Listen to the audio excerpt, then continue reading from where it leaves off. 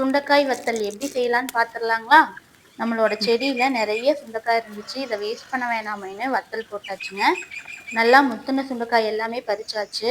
இது முள்ளு செடி அப்படிங்கிறதுனால பறிக்கும்போது பார்த்து பறிக்கணும். கொத்தோட பறிச்ச சுண்டைக்காய் எல்லாமே க்ளீன் பண்ணி எடுத்துக்கலாம். க்ளீன் பண்ணிட்டு தண்ணியில நல்லா ஒரு டைம் கழுவிட்டு, இது நம்ம செடி சுண்டைக்காய் அதனால ஒரு டைம் கழுவினாலே போதும். நீங்க வெளியில வாங்கிட்டீங்கன்னா 2-3 டைம் நல்லா கழுவி எடுத்துக்கோங்க. உரல்ல ஒரே ஒரு தட்டு தட்டுனா போதும். ஏன் அப்படின்னா அதுல இருக்கிற விதை எல்லாமே வெளியில வராத அளவுக்கு தட்டி எடுக்கணும். எல்லாத்தையுமே தட்டி புளிச்ச மோருக்குள்ள போட்டுக்கலாம். மோர்ல 7-8 மணி நேரம் சுண்டைக்காய் நல்லா ஊறணும். ஃபர்ஸ்ட் உப்பு போட்டுக்கலாம். நான் நைட்டு போட்டுட்டு காலையில எடுத்து காய வச்சேன். மறுபடியும் சாயந்தரம் எடுத்து அதே மோருக்குள்ள போட்டுறணும்.